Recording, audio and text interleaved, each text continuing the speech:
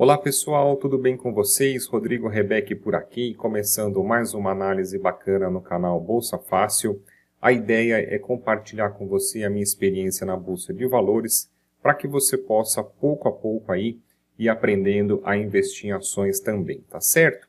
Hoje é segunda-feira, dia 16 de dezembro de 2024, a gente caminha aí praticamente para a última semana importante do ano. A gente ainda vai ter decisão de taxa de juros nos Estados Unidos na quarta-feira e a ideia desse vídeo é trazer para você um panorama do índice SP500, tá certo? Bom, para você que está chegando agora na bolsa, que ainda não sabe o que seria o SP500, ele é um índice que traz uma média ponderada do desempenho das 500 maiores e melhores ações dos Estados Unidos, que correspondem por aproximadamente 85% da atividade econômica. Via de regra, quando a gente analisa, opera ou investe no SP500, você poderia estar pensando na amostragem do que seria o melhor aí do mercado de ações dos Estados Unidos, com a amostragem das maiores e melhores empresas. Aqui na plataforma da Xstation, a gente vai conseguir fazer o estudo do gráfico pelo ativo US500. Vou deixar para você na descrição desse vídeo o link para você abrir uma conta demonstrativa grátis, se caso você tiver o interesse, tá certo? Antes da gente dar uma olhada no gráfico, só a título de curiosidade, fiz um levantamento aqui no site da Finviz, por ordem do tamanho, né, das maiores empresas aí, para que você possa ter uma ideia de quais que compõem o SP500. Olha só que interessante, ó. A gente tem, por exemplo, a Apple, a Microsoft, a Nvidia, a Amazon, o Google, o Facebook pelo ticker da Meta, depois tem a Tesla, a Broadcom, que é uma companhia também bastante importante, a Berkshire, do Warren Buffett, que mais que você conhece aqui? Walmart, JP Morgan, banco, né? Visa, ó, cartões de crédito Visa, ExxonMobil, uma companhia gigantesca aí do setor de petróleo. Depois a gente tem aqui a Mastercard também, a gente tem a Home Depot, uma companhia importante aí também dos Estados Unidos. Então a gente vê que o SP500 ele é composto realmente por essas companhias gigantescas aí dos Estados Unidos, até a nível global, e a maioria delas você também conhece quando a gente faz essa lista, né? Olha aqui, ó, Procter & Gamble, Netflix, Johnson & Johnson, Bank of America, Salesforce, a gente usa bastante também, uma companhia bastante importante aí do setor de tecnologia, Chevron, a Coca-Cola, T-Mobile, de telecomunicações, que mais que a gente tem aqui, ó? Pepsi, né? McDonald's, enfim, depois tem ali na outra página o Walt Disney. Mas só para você entender que se você está começando na bolsa agora, para que você possa ter essa familiaridade também com o SP500, tá? Eu tenho aqui também, essa planilha, ela acaba sendo interessante, porque é uma planilha que eu jogo os dados de inflação, eu acabo cruzando aqui os dados de inflação contra os dados de taxa de juros dos Estados Unidos, para você entender como que é importante, tá? A gente tem nos Estados Unidos, a meta de inflação é de 2% ao ano. E aqui nesse gráfico vai ficar mais fácil de você entender a relação de juros contra a inflação. Ou seja, tivemos aqui, ó, essa linha vermelha é a linha de inflação. Quando a inflação começa a subir, começa a ficar muito distante da meta de 2%, a gente tem o quê? Ó, geralmente a atuação do Banco Central dos Estados Unidos subindo os juros para poder fazer esse cruzamento, ó, para poder trazer a inflação para baixo, para poder trazer a inflação rumo à meta, né, de 2%. O que a gente tem que entender? Como é que os juros podem influenciar o desempenho das ações e por que os juros estão atrelados à inflação? Quando a gente tem um aumento da atividade econômica, geralmente a gente tem um aumento de renda da população, um maior consumo de produtos e serviços, ou seja, aumenta a demanda em relação à oferta e a gente acaba tendo uma elevação dos preços. Nesse sentido, cabe ao Banco Central a principal ferramenta de política monetária pode ser uma elevação dos juros, porque você subindo os juros, você vai tornar o crédito mais caro e isso tende a inibir o consumo. Por exemplo, uma compra parcelada, o financiamento de um imóvel, o financiamento de um carro, assim por diante.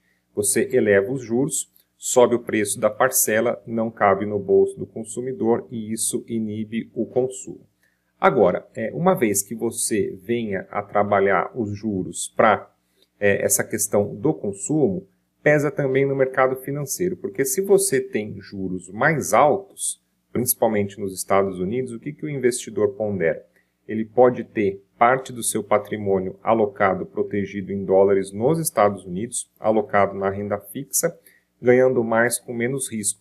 Então, juros altos, eles tendem, geralmente quando os juros sobem, a gente tem as ações caindo, porque o investidor ele faz um rebalanceamento da sua carteira, migrando um pouco da renda variável para a renda fixa, nesse cenário aqui que tende a rentabilizar mais com menos risco.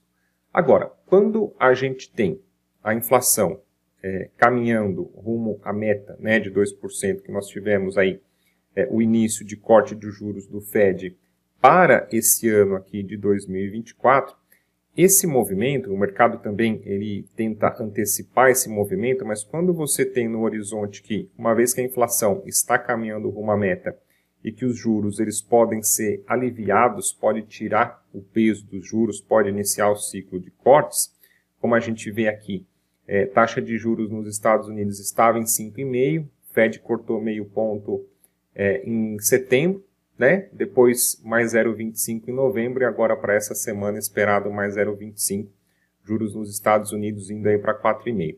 Ou seja, os juros caindo, aí pode haver a compensação, ou seja, o investidor pensa que deixar na renda fixa, apesar de ser menos arriscado, um pouco mais seguro, tende a render menos e a gente pode ter a remontagem da carteira de ações.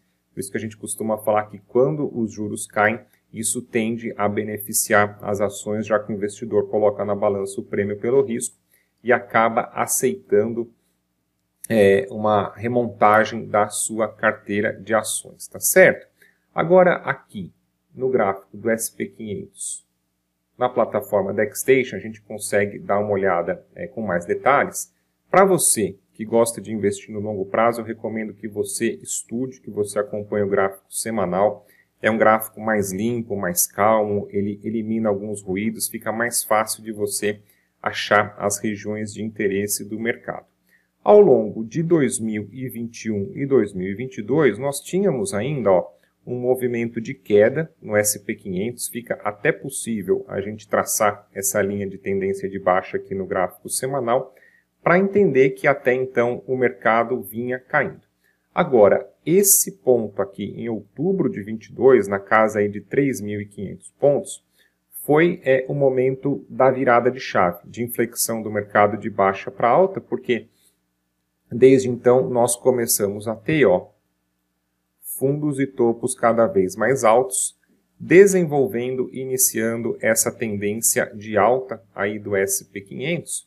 E se a gente pegar para contabilizar de outubro de 22 até agora, vamos contar aqui, o SP500 valorizou praticamente 74%, né? Se a gente pegar esse rally de médio prazo que se desenhou aí nos últimos anos para a gente poder observar.